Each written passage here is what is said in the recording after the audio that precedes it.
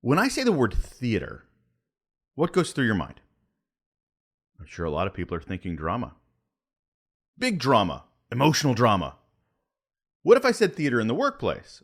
Oh, I know you're now thinking, I got enough drama at work. That is not what I need. I am surrounded in it. Well, that is not what we mean when we talk about theater in the workplace. There's actually some really interesting takeaways if you introduce the power of theater into the workplace. I learned a lot from our guest today, and you will too. Hold on.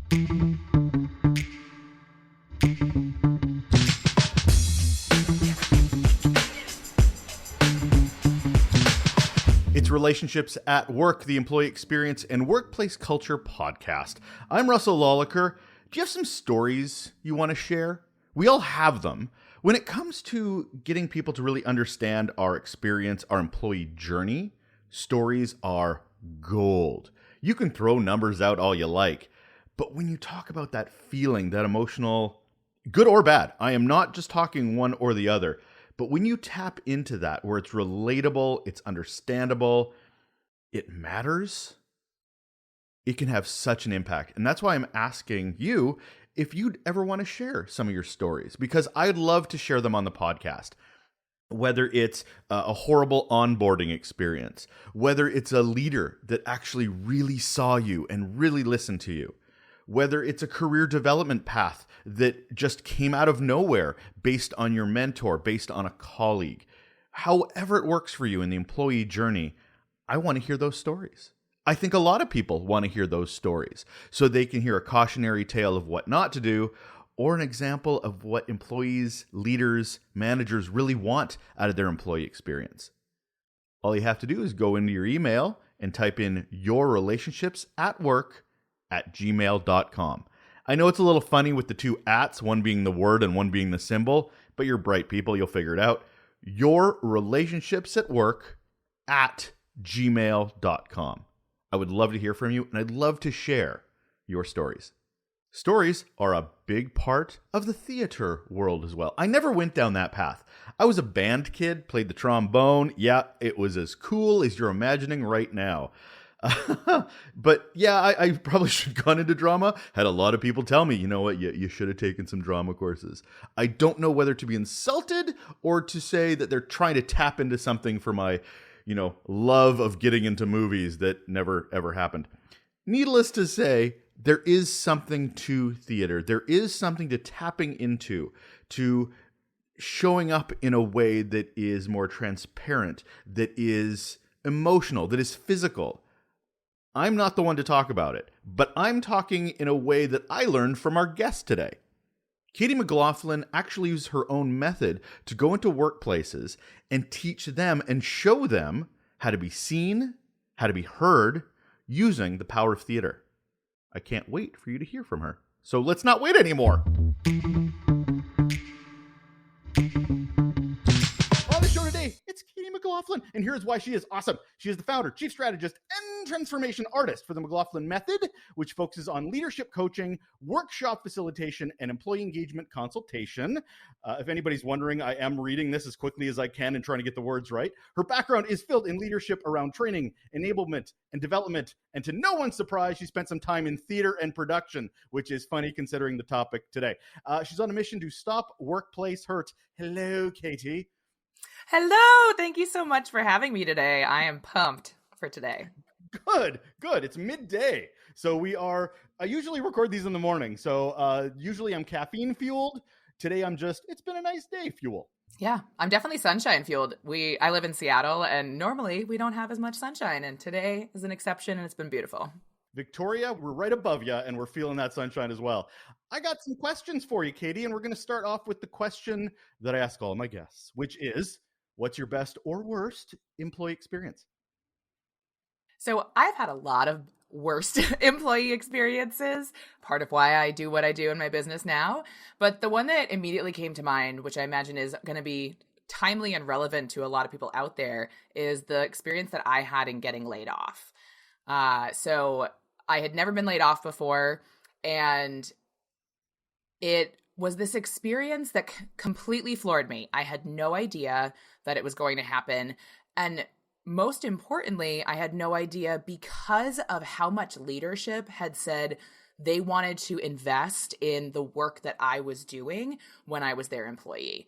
And I was the only person with the subject matter expertise that I had. And being laid off told me that likely a lot of that was lip service, that at the end of the day, the company wanted to invest in the expertise that I was bringing and the way that I was trying to help transform the way we handled people and the way we worked with our clients. And then I got laid off and I said, well, doesn't really mean that you actually did. It's a lie. It's funny how people may not realize how much this is a personal thing rather than a numbers game. And I get some organizations have to lay off, but there's always that belief that what are you investing in then? Are you investing in people or are you investing in the bottom line? I get they're both important, but. Totally. Well, and that same day, I was scheduled to have a few really important meetings, like to push through some things for one of our clients. And I was like, I'm the only person who does this. Who's going to tell my clients, right? It was even less about me. And it was more about how are you guys going to take care of these folks? And they essentially, were like, it's not your responsibility anymore. I'm going to pick at the scab a little bit because I know it's painful, Sure. But so how did they handle telling you? Because I'm guessing it was a while ago and you're still kind of angry about it. So I'm curious is how they handled it, because there are the right ways and the wrong ways to do that when it comes to giving you bad news like that. Right. So, first and foremost, I was a remote employee. And then there was no scheduled meeting. Just all of a sudden, I was messaged now we had a new department lead. He'd been around for a few months, but I barely had a chance to get to know him or speak with him. And all of a sudden, he messaged me and said, hey, do you have a few minutes to chat right now? And I was actually not feeling well that day. And I was like, I'm actually not feeling great, trying to save my energy for these important client meetings. Can we talk tomorrow? And, he was like, no, it needs to be today. And I probably should have known then, like, that's what was going to happen. But this was my first experience, hopefully my last. And, he was on the line. The HR person was on the line and, just said it. It was like a 5-minute call. Very brief, not very personal. No real thank you in terms of what you have done to date, right?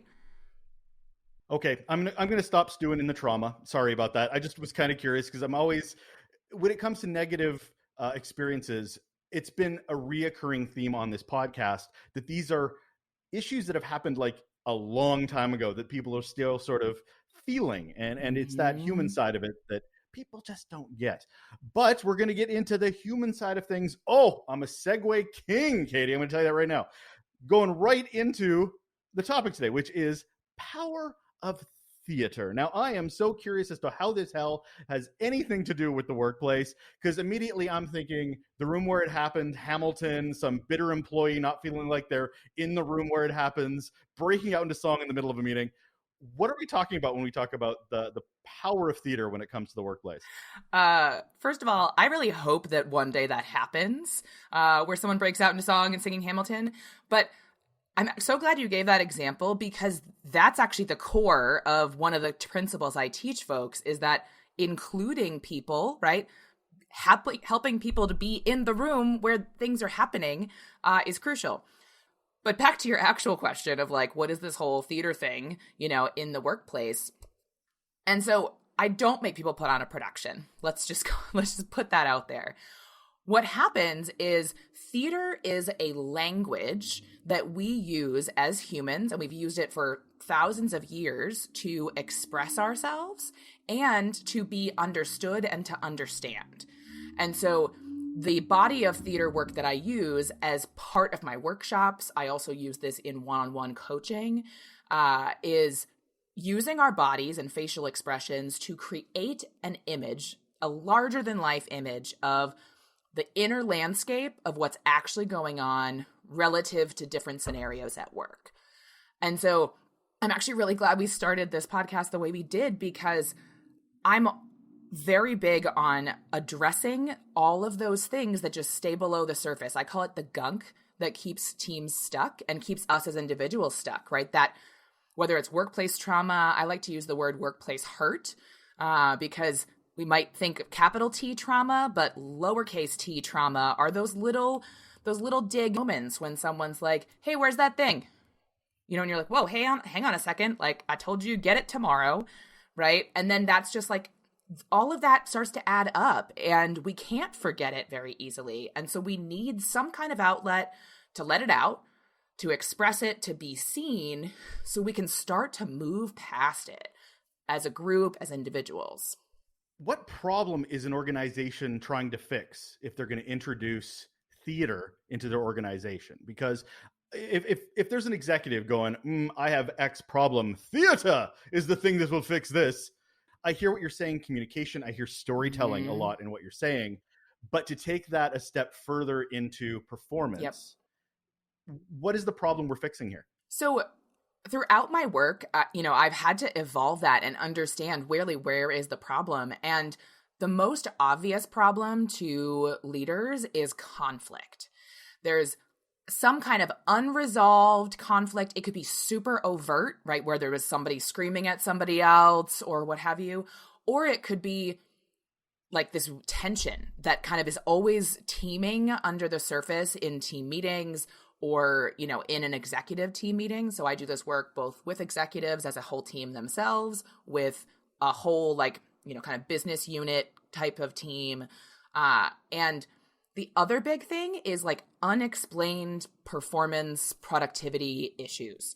Like there's clearly something going on that we can't figure out. We've tried different ways of motivating people. We have tried different comp structures. We've tried restructuring.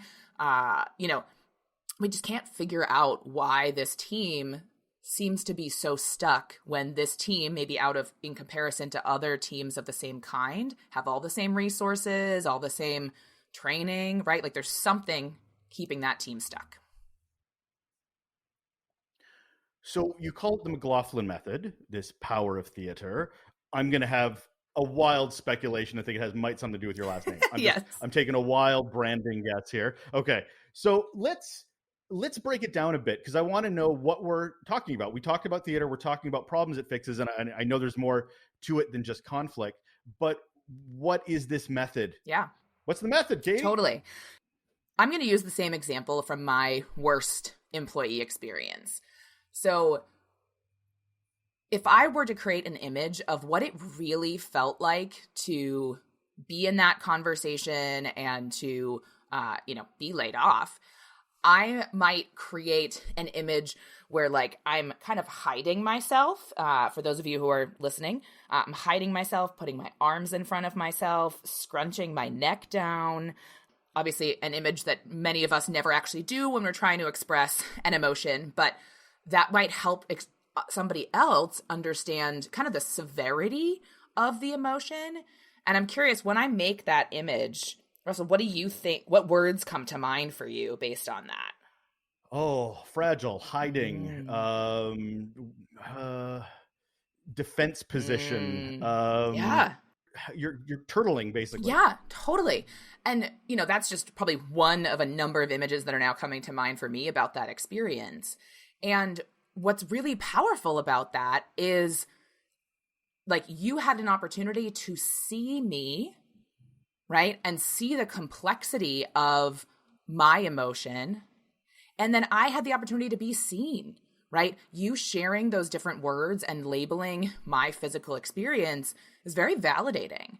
And so usually though, I don't put people on the spot, especially if you're in a group and we're all responding to that same prompt, right? So say we've all been through a prior layoff experience, create an image that is, an expression of how it felt being in that conversation or how it felt after that conversation. And we all do it at the same time. So that way we're reducing that kind of, oh God, I'm on stage, kind of fear. Because we're all in it together.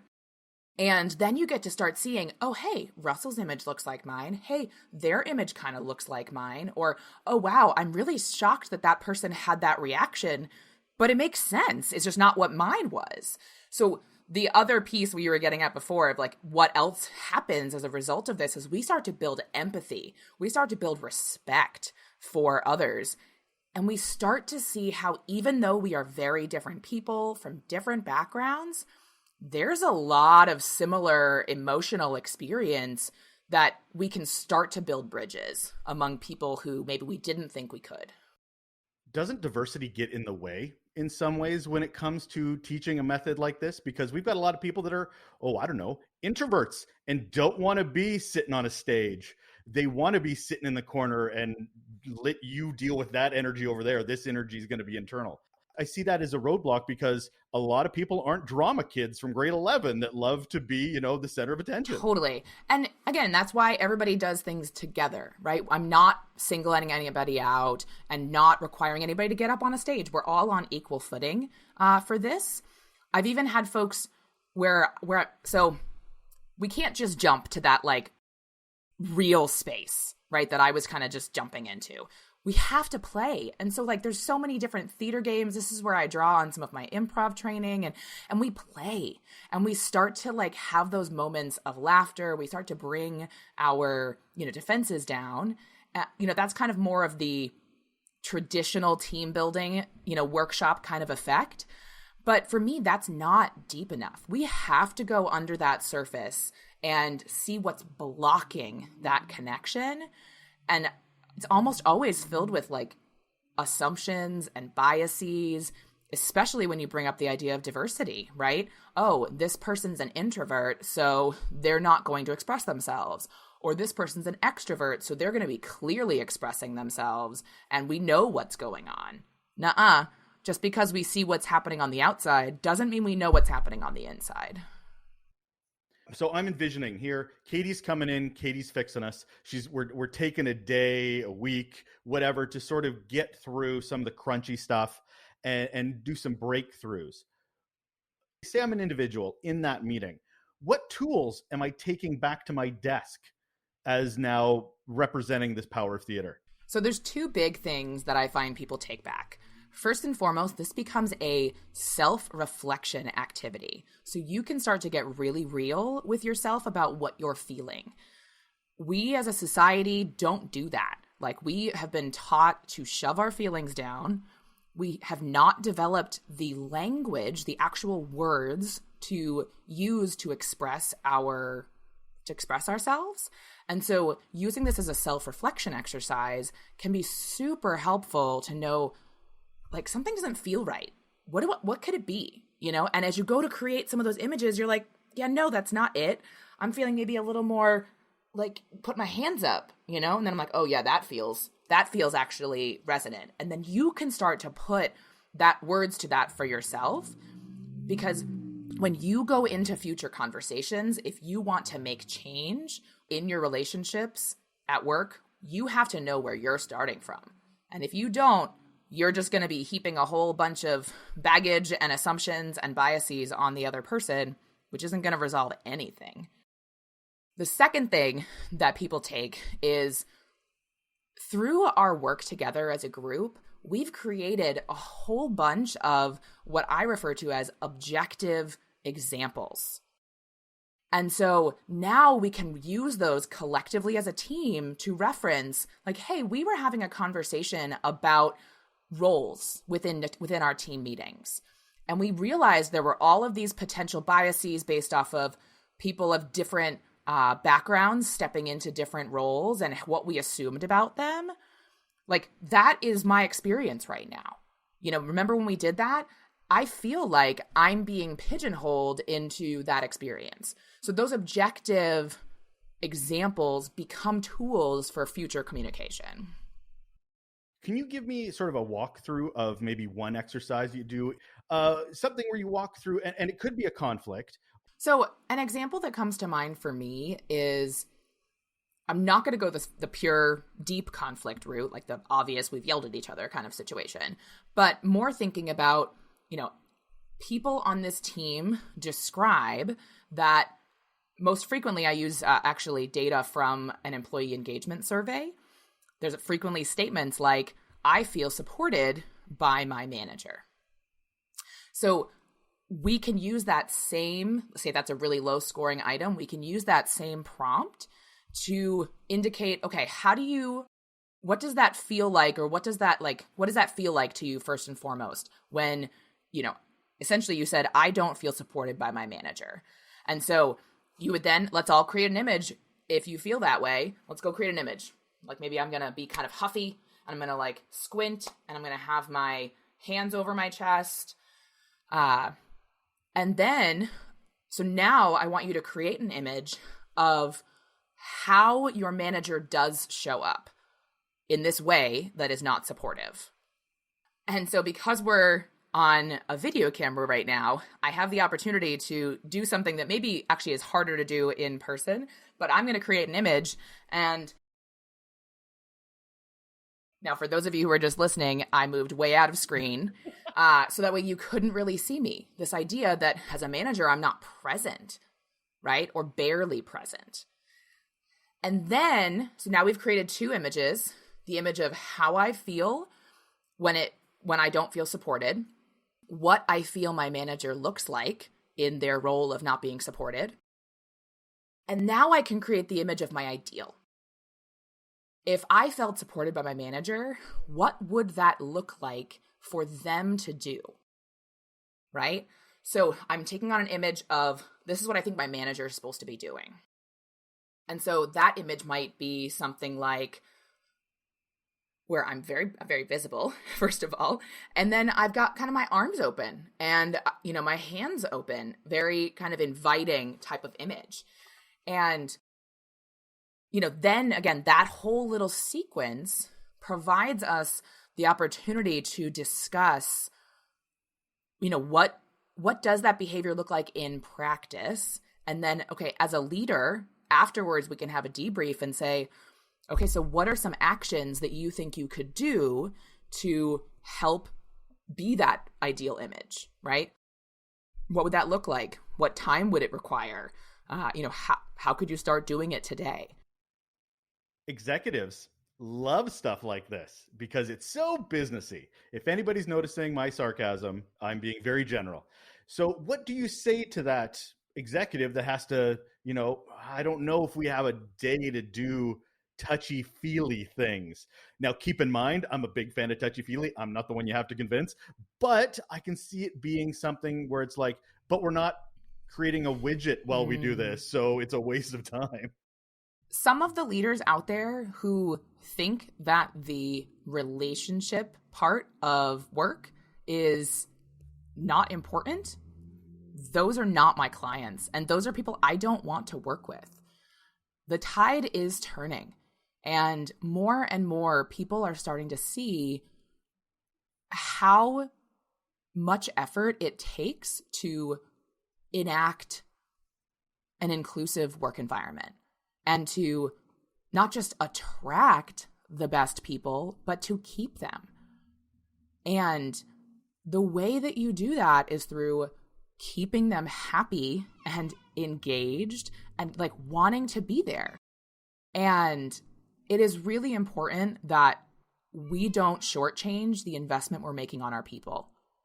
It is people who talk to your clients. It is people who sell your product and do it in a way that is genuine and honest and real. And they're not like making promises that you and your company can't keep, which of course costs you money. They are the ones that help you reduce churn in your clients so that way you can continue to rely on that revenue. And they're the people who build your product. If they hate what they're doing or don't care, that's where bugs get introduced. That's where errors get introduced. That's where safety gets compromised. We can't do anything in business without people. No matter how much we automate, a person is the one who has to build that automation. Culture can be an amazing resistance to a tool like this. How have you seen it get in the way? Or what are you afraid of going into an organization that maybe has hired you and you're like, oh, that's a red flag? So the big challenge that frightens me is when the person or people who are going to be in the workshop or in the coaching sessions have had zero buy-in into the purchase, right? They have been told by somebody else that this is what you are going to do. And, I don't know that everyone has to be involved in the sales process, for example, but I do think that you as an individual, if you are going to hire someone like me to do a non-traditional intervention and training or coaching, you need to be the evangelist yourself, right? You have to help other leaders, other team members understand why this matters to you. And then you have to participate. That's the best way, is that if you're the one who's hiring me, you have to participate so other people see your investment in this work. Nothing like an executive or a senior leader sitting in a workshop going, have you fixed the problem yet? Have you fixed the problem yet? I'm going to go, if I just leave for 15 minutes and come back, is everything still okay? There are no audience members to this kind of theater. We are all actors and spectators, right? We're all seeing and observing someone else in the workshop, and then we're also acting.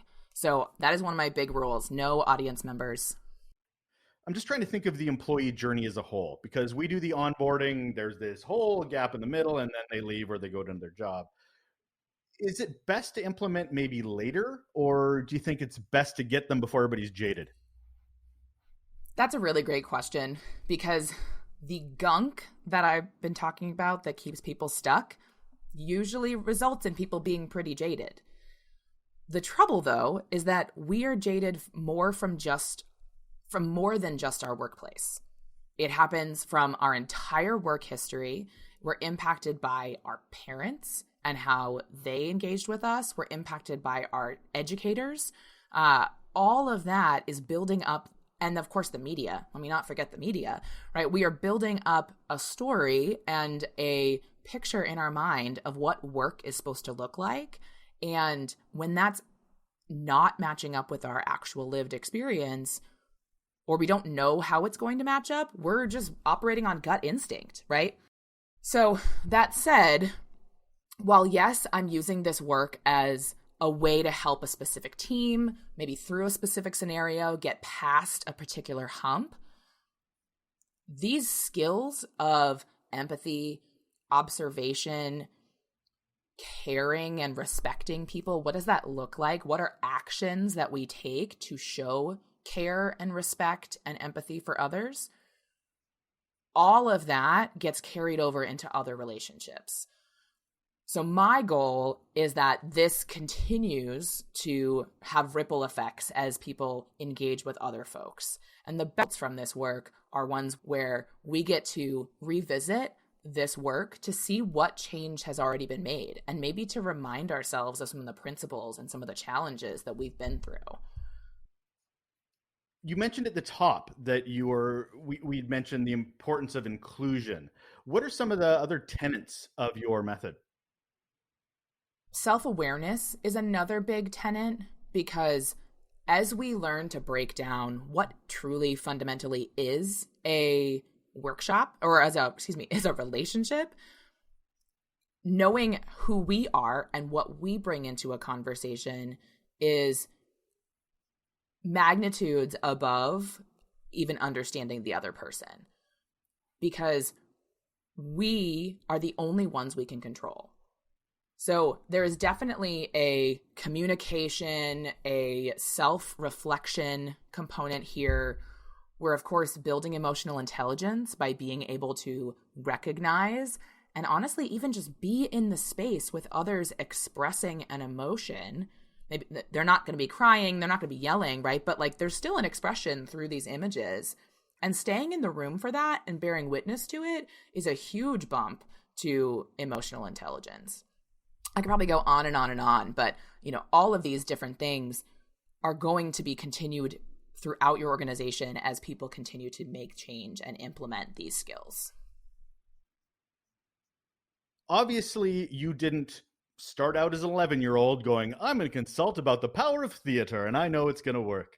So what was your moment going, no, this is an effective method to get people to figure their shit out? So I didn't invent these techniques. Let me put that out there first of all. But I studied these techniques back when I was in college, and I fell in love with them. I thought it was an amazing way to start to express ourselves because I'm very aware, hyper aware, I would say, of the inadequacies of language. If you think about any relationship you've ever had and you've been misunderstood, like, there you go. Language is inadequate. We use different words to mean the wrong things. So being able to create images about something as important as emotions helps us to really kind of get there. I'd actually say that the aha moment for me about bringing theater into the workplace, I knew that I was going to make my life's work about these techniques because they have been that beneficial and that impactful to me. But the day that I figured it out was I was in a coaching session with a customer service rep, and this one rep was really resistant to any kind of coaching. And, we would listen to one of their calls and they couldn't identify anything that was wrong, or they couldn't identify any alternative paths. And so when you're in a coaching session where you're butting heads with somebody, you're not getting through, there's a clear wall up, I tapped into my directing training where as a director, a good director doesn't ever feed a line. It's called a line reading. You don't ever say the words in the way you think that they should be said, because then the person on the other side is mimicking you. And that is not genuine. It's not sustainable, and everyone's going to see right through it. Same thing in business, where you have to get the horse to water. And in order to do that, you have to try all these different tactics. What if I ask the question this way? What if I put them in a different scenario? What if I offer them a treat, right? Like you have to try these different techniques. And that was when I started to open up my mind to seeing just how many tools and lessons that are essential for creating theater, how much those all apply to the business world. Hey, Katie, what's one simple action people can do right now to improve their relationships at work? My first suggestion is that you start to practice taking a deep breath before you react to anything. And you can use this at home too, because when we don't create that pause, we are acting from pure gut instinct, our defaults, which are usually not the most supportive of the other relationships or the other person. It might feel good for a moment, but going to be really bad later. So if you take a breath, then you get to choose, how do I want to be right now? What do I want to say? Do I need to go do something else? Do I need to take care of myself and get out of the room, right? And say, hey, that was a lot and I need to go do something else for a minute and let's come back to this a little later. But you can't do that if you're not creating the pause. I just took an extended vacation from work, and the biggest takeaway was the breath and the pause. Things that were triggering me when I left are a lot more diminished now when I take that space in that moment to just go, whoo. And I'm going to bring that to the office. Damn straight I am. So thank you for bringing that up. That's Katie McLaughlin. She's the founder, chief strategist, and transformation artist for the McLaughlin Method. Thanks for being on the show. Thank you so much. Thanks again for listening to Relationships at Work, the Employee Experience and Workplace Culture podcast. This episode was hosted and produced, well, all by me. So thank you very much for listening. If you have a moment, I would love it if you'd go into the website, relationshipsatwork.ca, go to the top right and sign up to Raw Notes. Every week, I'm going to pass you a note in your inbox and giving you some inspiration, some ideas, some resources, all within the employee experience. Check it out. We'd love to have you join the community. You take care of yourself.